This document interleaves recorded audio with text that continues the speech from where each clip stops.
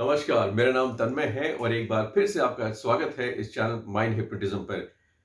Doctor Bhupesh Srivastava को आप सभी जानते हैं। वो समय-समय पर अपनी बातों से आपके जीवन को बेहतर बनाने के लिए बहुत सारे उपाय बताते रहते हैं, चाहे वो योगा हो या वेलनेस हो, हेल्थ हो या मेडिटेशन हो। बहुत सारी बातें आपको बताते हैं और आपके जीवन में एक बदलाव लाने की कोशिश करते हैं, जिससे आपको फ़ायदा भी होता है। और आज इसी श्रृंखला में आज उनकी वार्ता होगी, उनकी बातचीत होगी डॉक्टर जीपी श्रीवास्तव के साथ। डॉक्टर जीपी श्रीवास्तव का मैं आपको थोड़ा-सा इंट्रोडक्शन दे दूँ। डॉक्टर जीपी श्रीवास्तव जो है वो एक सीनियर एडवाइज़र रहे हैं एसोचैम में।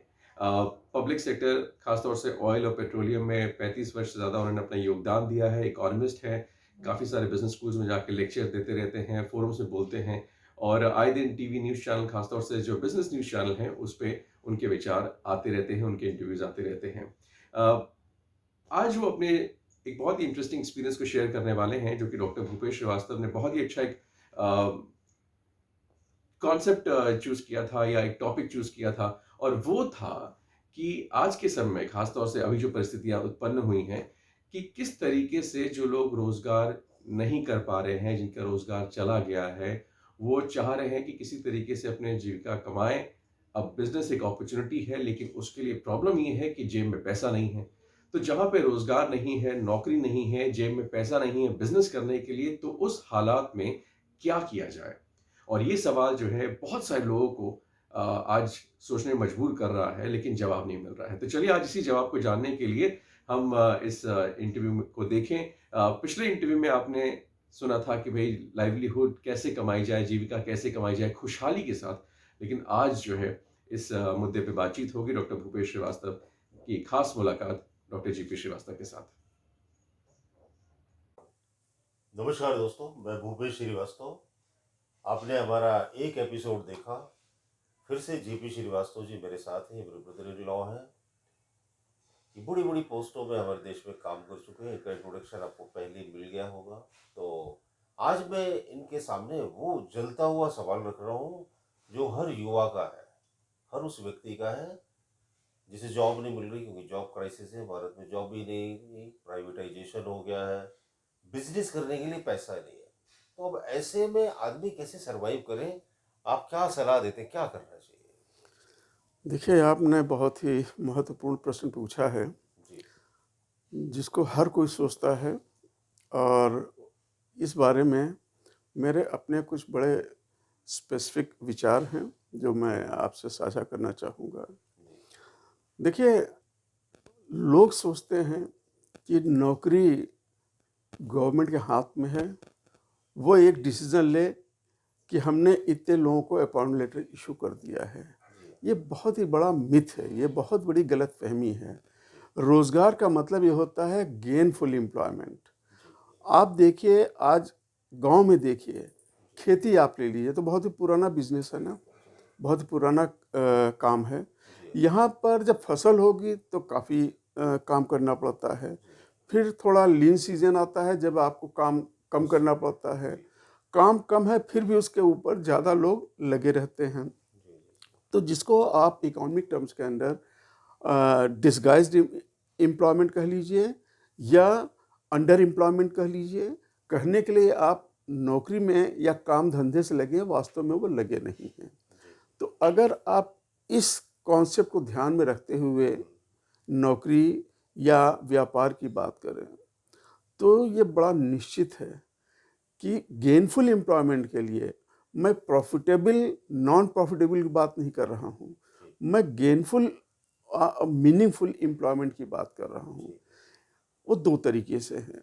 देखिए, किसी भी काम करने के लिए कहीं न कहीं से डिमांड आनी है। जी। डिमांड चाहे सरकारी काम करने के लिए जिसको आप सरकारी नौकरी से करते हैं या इंफ्रास्ट्रक्चर डेवलपमेंट होता है जिसमें रोड बन रही है, बैंकिंग चल रही है, मैन्युफैक्चरिंग सेक्टर चल रहा है।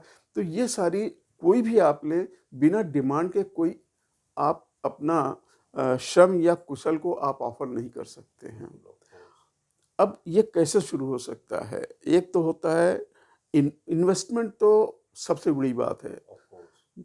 जब आप इन्वेस्टमेंट करेंगे तभी जो है एक इकोनॉमिक एक्टिविटी शुरू होगी। शुरू होगी। अब वो इकोनॉमिक एक्टिविटी शुरू करने के लिए वो जो इन्वेस्टमेंट है it can be domestic investment, ये जो है फॉरेन डायरेक्ट इन्वेस्टमेंट भी हो सकता है, या इसके अंदर गवर्नमेंट बहुत बड़े कैटलिस्ट के रूप में काम कर सकती है कि वो डिमांड को क्रिएट करे। जब डिमांड क्रिएट होगी तो उसकी सप्लाई के लिए लोग काम करना शुरू करेंगे। तो पहली बात तो लोगों को ये समझना चाहिए कि कभी भी एम्प्लॉयमेंट की सिचुएशन तब तक नहीं बढ़ेगी जब तक मार्केट के अंदर डिमांड नहीं बढ़ेगी। और डिमांड कैसे बढ़ेगी, उसके लिए आपकी एक तो बेसिक नेसेसिटीज़ हैं, आपको रोटी, कपड़ा, मकान, हर आदमी कोशिश करेगा तो वो तो डिमांड क्रिएट करेगा ही करेगा। दूसरी क्या है, फिर और ज़्यादा डिमांड, फिर और ज़्यादा डिमांड, तो जितनी ज़्यादा आपकी रिक्वायरमेंट बढ़ती जाएगी सोसाइटी की, नेशन की, या ग्लोबल सिनेरियो को आप लेते हैं, उसके हिसाब से आपकी एम्प्लॉयमेंट बढ़ती है। जिस कंट्री में पॉपुलेशन ज़्यादा है और जहाँ पर आमदनी या इन्वेस्टमेंट कम है, वहाँ पर बेरोजगारी का ज़्यादा होना स्वाभाविक है। दूसरा सिचुएशन वो हो सकती है कि आपकी जो पॉपुलेशन है, अगर आप इसको हुनर दे दें, स्किल दे दें, और स्किल वो दें जिसकी रिक्वायरमेंट हो, डिमांड ड्रिवन स्किल, तब उसको जो है एम्प्लॉयमेंट मिल सकती है। अब इसके ऊपर काफ़ी विस्तृत चर्चा की जा सकती है, लेकिन समय को ध्यान में रखते हुए मैं 3-4 चीज़ें यहाँ पर जोड़ना चाहूँगा।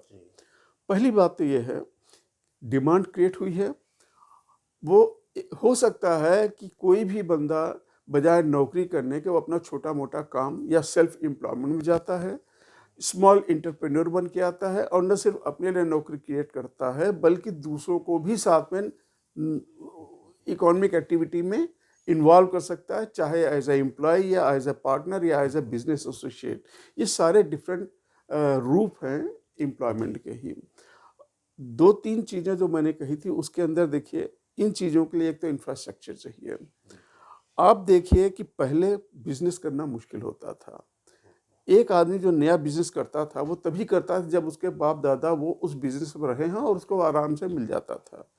आज आप स्कूल में आप कोई भी टेक्निकल या प्रोफेशनल कोर्स करने जाते हैं, फॉर एग्जांपल आप एक डिप्लोमा होल्डर को ले लीजिए, एक डिग्री होल्डर को ले लीजिए, तो जब वो इंजीनियरिंग कॉलेज में जाता है वहीं से उसकी थिंकिंग इसलिए बनना शुरू हो जाती है क्योंकि जितने भी अच्छे इंस्टीट्यूट्स हैं, इनके यहाँ सिर्फ पढ़ाई ही नहीं होती है, इनके यहाँ इंक्यूबेशन सेंटर्स भी होते हैं जो आपके कॉन्सेप्ट को उसको ट्रांसलेट करने के लिए इकोनॉमिक एक्टिविटी में आपको अपॉर्चुनिटी देते हैं।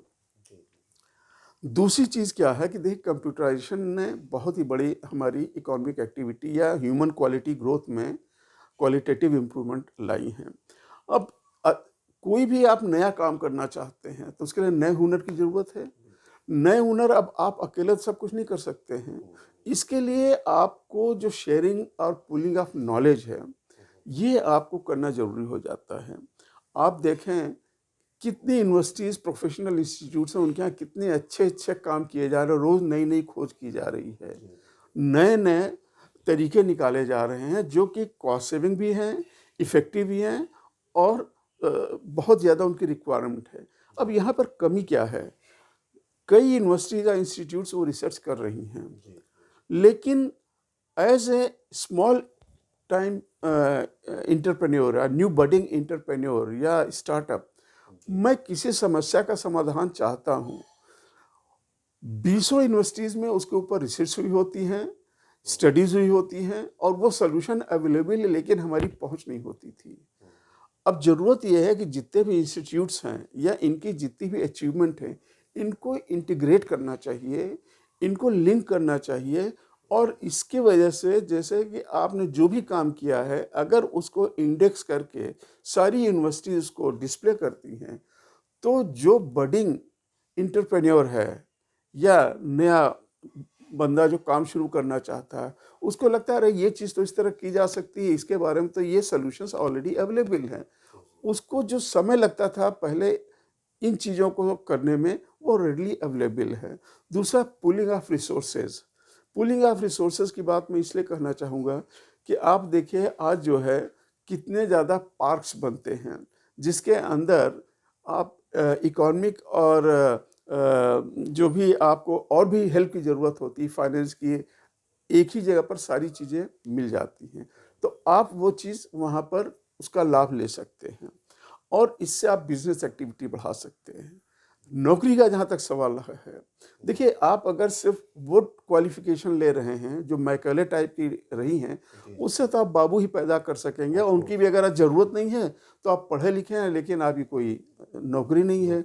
आप अगर उसको जो रिक्वायर्ड स्किल है, जी, जी। जो मैंने पहले बोला डिमांड ड्रिवन स्किल है, यस। उससे रिलेटेड अगर आप कोई हुनर सीखते हैं, जी, आगे बढ़ते हैं, तो आपको उसमें नौकरी मिलने की बहुत ज़्यादा गुंजाइश हो चांस है। जाती है। और आप कोई अपना बिजनेस भी शुरू कर सकते हैं। चाहे बिज़नेस हो, नौकरी हो, जो भी जी, हो, जी, जी। तो आप अपने हुनर को पहचानिए। हम्म, आप जो अवेलेबल रिसोर्सेज़ हैं, जी, जी, जी। उनका एडवांटेज लीजिए। गवर्नमेंट से भी ये अपेक्षा की जाती है और इंस्टीट्यूट से अपेक्षा की जाती है कि वो ये जो अवेलेबल नॉलेज है, इतनी ज़्यादा अवेलेबल नॉलेज को और भी ज़्यादा लोगों के बीच में फैलाएँ, जी, जी, बताएँ, लोगों को उसको अवगत कराएँ। जी, उसका तब यूनिवर्सिटीज़ को भी फ़ायदा होगा, जो रिसर्च स्कॉलर्स जिन्होंने किया उनको भी फ़ायदा होगा, जो बडिंग एंटरप्रेन्योर या स्टार्टअप है उसको भी फ़ायदा होगा और जो इन चीज़ों से एम्प्लॉयमेंट बढ़ेगी। मेरा ज़्यादा जोर अनऑर्गेनाइज्ड सेक्टर के थ्रू एम्प्लॉयमेंट बढ़ाने पे ज़्यादा रहेगा क्योंकि उसके अंदर कम इन्वेस्टमेंट से ज़्यादा एम्प्लॉयमेंट अपॉर्चुनिटीज़ आ सकती हैं। मेरा अपना सीमित समय में कुछ ये सुझाव हो सकता है। बिल्कुल। देखिए, इन्होंने बहुत कीमती सलाहें दी। पता नहीं आपकी कितनी समझ में आई बात। बहुत अच्छा बोला इन्होंने। देखिए, आप ये देखिए, वक्त की नज़ाकत को समझिए। समय क्या चाहता है, कौन सी स्किल की हमें ज़रूरत है, हमारी नीड्स क्या है। उस हिसाब से अगर आप अपने आप को डेवलप करेंगे, तो क्या होगा, उस स्किल्स की नीड है तो आपको जॉब भी मिल सकती है। और अगर जॉब नहीं मिले तो आप बहुत छोटी सी कैपिटल में, बहुत छोटी सी पूंजी में आप अपना बिजनेस पैदा कर सकते हैं, क्योंकि इस चीज़ की ज़रूरत है और वही बिजनेस आप कर सकते हो। देखिए, कभी हिम्मत मत हारिए। इनसे जो आपको एडवाइस मिले, इनकी सलाहें बेशकीमती है। पूरे वर्ल्ड में ये डिफरेंट डिफरेंट प्लेसेस पर जाकर डिफरेंट डिफरेंट गवर्नमेंट ऑर्गेनाइजेशन में, यूनिवर्सिटीज़ में बड़े प्रीशियस लेक्चर देते हैं। तो हमारी खुशकिस्मती है कि ये हमारे बीच हैं और इनसे हमें कीमती सलाहें मिल रही। मुझे लगता है कि आप अपनी ज़िंदगी को इनकी एडवाइस के हिसाब से ज़रूर बदलेंगे। मैं भी इनसे बेशकीमती सलाहें समय समय पर लेता रहता हूँ। बहुत बहुत धन्यवाद, बहुत बहुत धन्यवाद सर आपका, जो हमारे चैनल पर थैंक आए, यू हमारे वेरी मच। दर्शकों के लिए समय निकाला। बहुत बहुत शुक्रिया दोस्तों। Thank you.